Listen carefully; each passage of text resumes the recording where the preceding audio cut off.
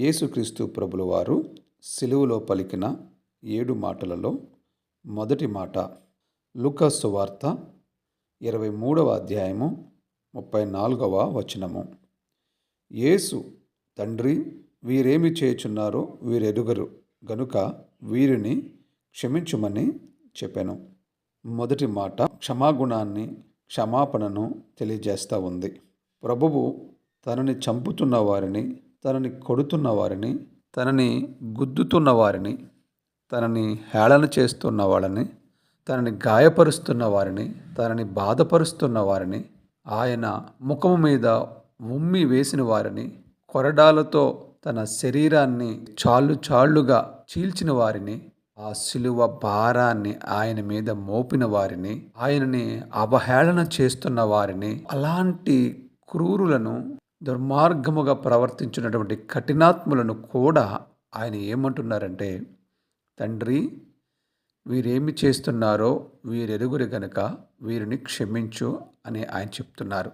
చూడండి, ఒకవేళ ఈ లోకములో క్షమించే అర్హత ఎంతవరకు ఉంటుందంటే, పెద్ద మనుషులైన వారికి, న్యాయాధిపతులైన వారికి ఎలాంటి క్షమాభిక్ష మనకు పెడతా ఉంటారంటే, ఒకవేళ నీవు ఎవరికైనా ఒకవేళ అప్పు ఇవ్వవలసి వచ్చిందనుకోండి, నీ మీద జాలిపడి ఒకవేళ అతను అప్పుని క్షమించగలుగుతాడు. లేకపోతే గవర్నమెంట్లు రుణమాఫీలు చేయించగలుగుతాయి.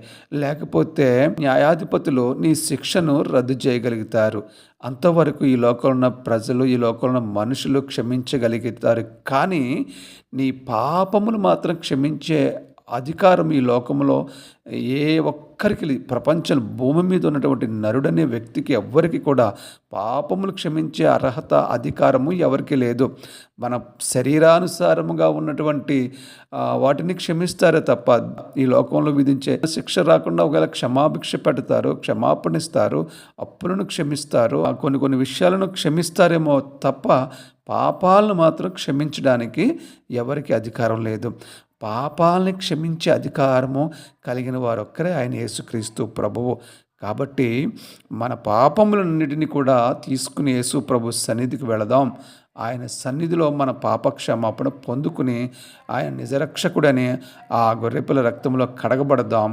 ఆయన కృపను పొందుకుందాం, ఆయన తెలుసుకుందాం.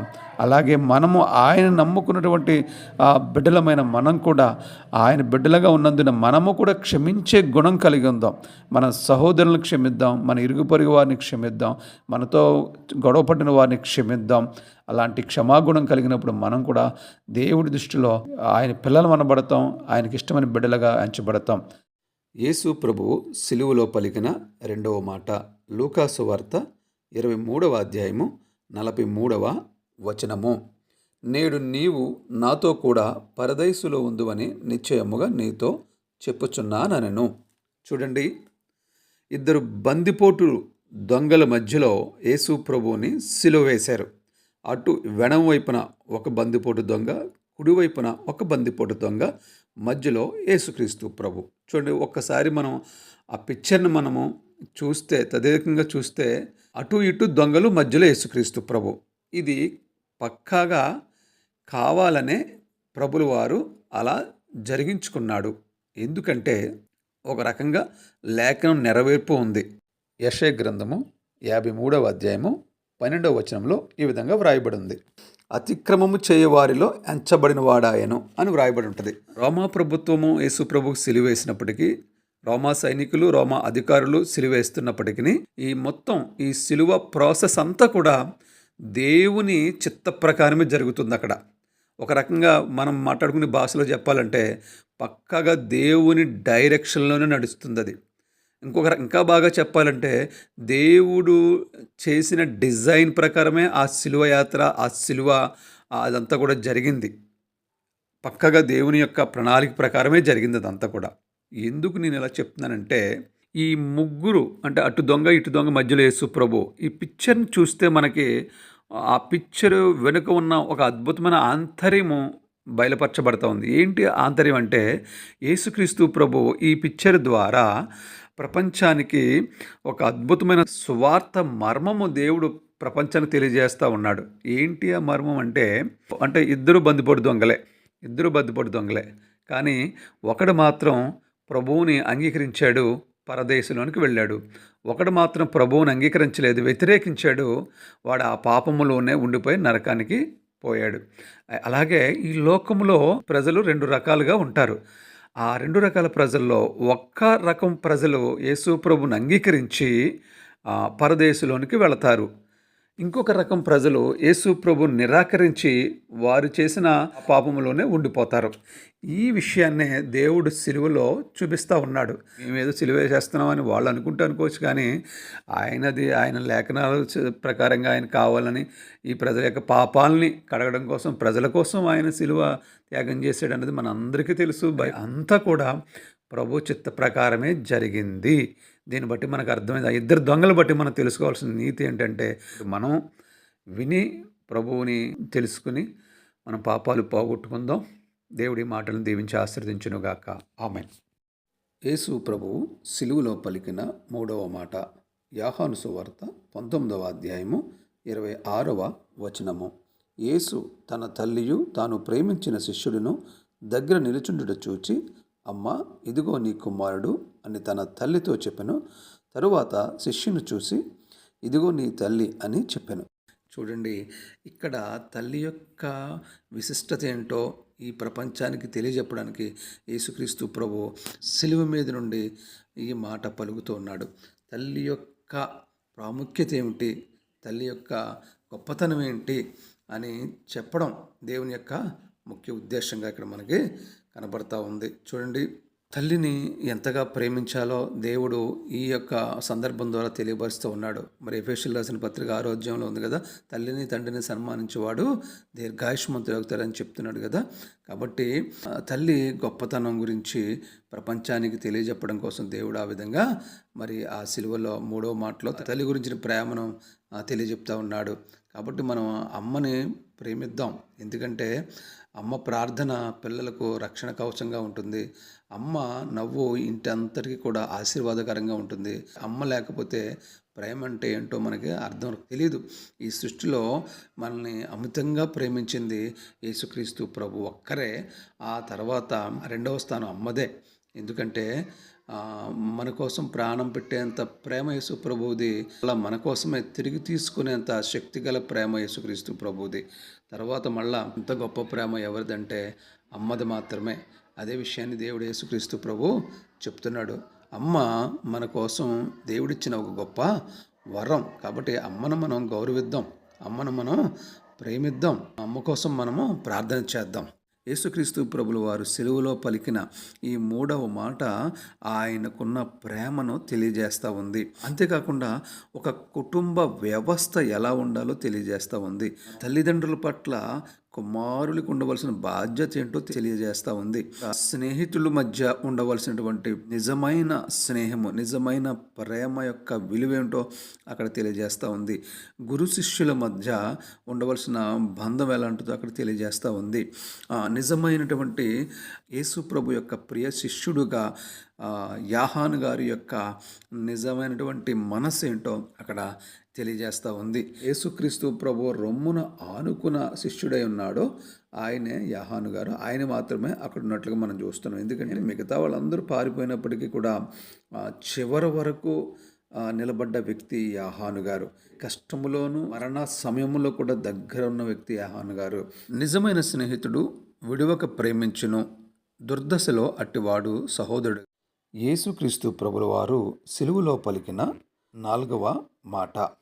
మత్తయి సువార్త 27వ అధ్యాయము 46వ వచనము. ఇంచుమించు 3 గంటలప్పుడు యేసు ఏలీ ఏలీ లామా సబక్తాని అని బిగ్గరగా కేకవేశాను. ఆ మాటకు నా దేవా నా దేవా నన్నెందుకు చెయ్యి విడిచితివని అర్థము. చూడండి, యేసుక్రీస్తు ప్రభువు ఉదయం నుండి ఆ సిలువలో ఉన్నంతసేపు ఆయన కొడుతున్నప్పుడు కానీ, ఆయన మీద ఉమ్ము వేస్తున్నప్పుడు కానీ, ఆయన హింసిస్తున్నప్పుడు కానీ, ఆయన్ని కొరడాలతో కొడుతున్నప్పుడు కానీ, ఆయన అవహేళన చేస్తున్నప్పుడు కానీ, ఎంతగా ఆయన హింసించినప్పుడు కూడా బొచ్చు కత్తిరించు వాని ముందు గొర్రెపిల్ల ఏ విధంగా అయితే మౌనంగా ఉంటుందో ఆయన మౌనంగానే ఉన్నాడు. కానీ సిలువలో ఉన్నప్పుడు మాట్లాడుతూ ఉన్నాడు. మరి ఈ యొక్క మాటల్లో ఇది 4వ మాట. ఈ 4వ మాట యేసు ప్రభువు తండ్రితో మాట్లాడుతూ ఉన్నాడు. తండ్రి ఎందుకు చెయ్యి విడిచావని తండ్రితో ఉన్న సంబంధము ఎప్పుడైతే దూరం అయిందో ఆ బాధ తట్టుకోలేక యేసుక్రీస్తు ప్రభువు బిగ్గరగా అరిచినట్లుగా మనం చూస్తూ ఉన్నాం. శిష్యులు వదిలేశారు ఆయన్ని. అయినప్పటికీ కూడా ఆయన బాధపడి అడగలేదు. అందరూ పారిపోయారు. నీకోసం నేను ప్రాణం పెట్టేస్తానన్న పేతురు గారు కూడా అక్కడ లేడు. ఆ విషయాన్ని అక్కడ ప్రస్తావించలేదు. శిష్యులందరూ పారిపోయిన విషయాన్ని కూడా అక్కడ ప్రస్తావించట్లేదు. కానీ ఎప్పుడైతే తండ్రి చెయ్యి విడిచిపెట్టేశాడో అది మాత్రం ఆయన తట్టుకోలేకపోయాడు. నా దేవా నా దేవా నన్నెందుకు చెయ్యి విడిచేవని తండ్రిని అడుగుతూ ఉన్నాడు. చూడండి, యేసుక్రీస్తు ప్రభువు ఉదయం 6 గంటల నుండి 9 గంటల వరకు కూడా ఆ సిలువను లాగుతూ ఉన్నారు. 9 గంటలకు మరి ఆయన సిలువ వేశారు. సుమారుగా 12 గంటల నుండి 3 గంటల వరకు ఆ దేశమంతా కూడా చీకటి కమ్మినట్లుగా మనం చూస్తున్నాం. మధ్యాహ్నం మొదలుకొని 3 గంటల వరకు ఆ దేశమంతటా చీకటి కమ్మినని వాక్యంలో వ్రాయబడి ఉంది. అసలు చీకటి ఎందుకు కమ్మింది? ఒకటి, యేసుక్రీస్తు ప్రభు పాపము లేనివారు. ఆ పాపము లేనటువంటి సృష్టికర్త మనందరి కోసం పాపం మీద వేసుకుని ఆయన వేదన పడుతూ ఉన్నాడు. ఆ వేదన పడుతున్న సమయంలో సృష్టికర్త వేదన పడుతున్నప్పుడు సృష్టి చూడలేకపోయింది. అందుకనే సూర్యుడు చీకటైపోయాడు. ఆ పగలంతా కూడా చీకటి కమ్ముకుంది. రెండవదిగా మనం చూస్తే చీకటికి దేవుని ఉగ్రత కారణం. నిర్గమకాండం 10వ అధ్యాయము 21వ వచనము 22 వచనాలు ఈ విధంగా వ్రాయబడి ఉంటుంది. ఐగుప్తీయుల మీద దేవుడు పంపిన శిక్షల్లో ఇదొక శిక్ష. 3 రోజులు కటిక చీకటి కమ్ముతుంది అక్కడ. ఇశ్రాయేలుకు వెలుగుంటుంది కానీ యేసు ప్రభుల వారు సిలువలో పలికిన 5వ మాట యోహాను సువార్త 19వ అధ్యాయము 28వ వచనము. అటు తరువాత సమస్తమును అప్పటికి సమాప్తమైనదని యేసు ఎరిగి లేఖనము నెరవేరునట్లు నేను దప్పికొనుచున్నానను. యేసు ప్రభు దప్పిక ఎలా తీరుతుంది? ఒక సంఘటన చెప్తాను. ఫ్రాన్స్ దేశస్థుడు బ్లేస్ పాస్కల్ అనే శాస్త్రవేత్త, గణిత శాస్త్రజ్ఞుడు, తత్వవేత్త. ఇతడు బారోమీటర్ కనిపెట్టాడు. ఆ కంప్యూటర్ సంబంధించినటువంటి వ్యవస్థలో ఇతను చాలా పట్టున్న వ్యక్తి. కంప్యూటర్ వ్యవస్థకు పితామహుడు అని కూడా అంటారట. గణిత శాస్త్రంలో ట్రయాంగిల్ని కూడా కనిపెట్టిన వ్యక్తట. ఇతడు ఒక రోజున తన 2 గుర్రాల బండి మీద ప్రయాణం చేస్తూ ఒక బ్రిడ్జి మీద వెళ్తూ ఉంటాడట. ఒక గుర్రం రంకెలు వేసినప్పుడు ఆ బండి నీటిలో జారిపోయిందట. జారిపోతున్న సమయంలో అతడు నీటిలో పడిపోతున్నప్పుడు గట్టిగా అరుస్తున్నాడంట, నన్ను ఎవరైనా రక్షించండి అని. అతనికి ఈత రాదు. ఆ సమయంలో ఆ రోడ్డు గుండా ఒక విద్యలేని పామరుడు వెళుతూ ఉండగా ఆ అరుపులు విని గబగబా వచ్చి అతన్ని చేయందించి పైకి లాగి రక్షించాడట. ఈ శాస్త్రవేత్త నాస్తికుడు అయినప్పటికీ కూడా అతడు ఆ ప్రాణాలతో బయటపడ్డ తర్వాత అతడు ఆకాశం వైపు తల ఎత్తి ఇలా అంటున్నాడట, ఈ ప్రజలకు, ఈ లోకానికి కావాల్సింది సైన్సో శాస్త్రమో కాదు, కానీ కావాల్సింది ఏంటంటే రక్షకుడు కావాలి అని చెప్తున్నాడంట. అందరితో ఆగకుండానే అతను అంటున్నాడంట, ఓ దేవా, నీవు మనిషిని నీ రూపంలో పుట్టించావు కానీ అతనిలో ఒక శూన్యం ఉంది. ఆ శూన్యము నింపబడాలంటే నీవు పూర్తిగా అతనిలోనికి వెళ్ళినప్పుడే అతనికి ఉన్న శూన్యం నింపబడుతుంది. అప్పుడు ఒక పరిపూర్ణమైన మనిషిగా మార్చబడతాడు అని చెప్పి పలికాడట. ఒక నాస్తికుడై ఉండి ఆ తర్వాత తనకి క్రీస్తు యొక్క పరమార్థం ఏమిటో అర్థమైంది. అది మనిషి శూన్యత పోవాలంటే యేసుక్రీస్తు ప్రభువుతో నింపబడినప్పుడే మనిషి శూన్యత పోతుంది అని చెప్పాడట. చూడండి, యేసుక్రీస్తు ప్రభు దాహం ఎప్పుడు తీరుతుందంటే ముందు నీ దాహం తీరినప్పుడు. నీ దాహం ఎప్పుడు తీరుతుందంటే యేసుక్రీస్తు ప్రభు నీలోనికి పూర్తిగా వచ్చినప్పుడు, నీవు పరిపూర్ణత చేకూరినప్పుడు నీ దాహం తీరుతుంది. అప్పుడు నీ దాహం తీరిన తర్వాత యేసుక్రీస్తు ప్రభు దాహం కూడా నిన్ను బట్టి తీరుతుంది. చూడండి, యోహాను సువార్త 7వ అధ్యాయం 37వ వచనంలో ఈ విధంగా ప్రభులు వారు అంటారు, ఎవడైనను దప్పికొన్న యెడల నా యొద్దకు వచ్చి దప్పిక తీర్చుకొనవలెను అని చెప్తాడు. కాబట్టి యేసు ప్రభు యొద్దకు నువ్వు వెళితే నీ దప్పిక తీరుతుంది. నిన్ను బట్టి యేసుక్రీస్తు ప్రభు యొక్క దప్పిక తీరుతుంది. ఆ ఇశ్రాయేలు ప్రజలకు బండ నుండి నీళ్ళు ఇచ్చి ఆ దాహం తీర్చిన దేవుడు సమరయ స్త్రీతో నేనిచ్చి నీళ్లు త్రాగితే మరెన్నడూ దప్పి యేసు ప్రభుల వారు సిలువలో పలికిన 6వ మాట. యోహాను సువార్త 19వ అధ్యాయము 30వ వచనము. యేసు ఆ చిరక పుచ్చుకొని సమాప్తమైనదని చెప్పి తల వంచి ఆత్మను అప్పగించెను. సమాప్తమైనది అనే పదం చాలామందికి చాలా ఊరటనిస్తుంది. ఉదాహరణకు, ఆ ఇంట్లో ఉదయం నుంచి పని చేస్తున్న స్త్రీ అంటుంది, పని అయిపోయిన తర్వాత, అమ్మయ్య, ఉదయం నుంచి ఏమి తినకుండా ఇప్పటి వరకు చేస్తూ ఉంటే ఇప్పటికి అయ్యిందండి ఈ పని, అమ్మయ్య, కొంచెం ప్రశాంతంగా కొంచెం రిలాక్స్ అవుతాను అంటుంది. అలాగే ఒక బాధ్యత కలిగిన ఒక ఇంటి యజమానుడు అంటాడు, తన కుమార్తెలకు వివాహం చేసిన తర్వాత, తన కుమారుడికి ఒక జాబు వచ్చిన తర్వాత, తన ఇంటి బాధ్యతలన్నీ పూర్తయిన తర్వాత తన ఫ్రెండ్తో ఇలా అంటాడు, అమ్మయ్య, ఒరే, నా బాధ్యతలన్నీ పూర్తి చేసుకున్నాను రా, ఇక కొంత రెస్ట్ తీసుకోవాలనుకుంటున్నాను, నా బాధ్యతలు ఇక మా అబ్బాయికి అప్పగించేసి రెస్ట్ తీసుకుంటాను అంటాడు.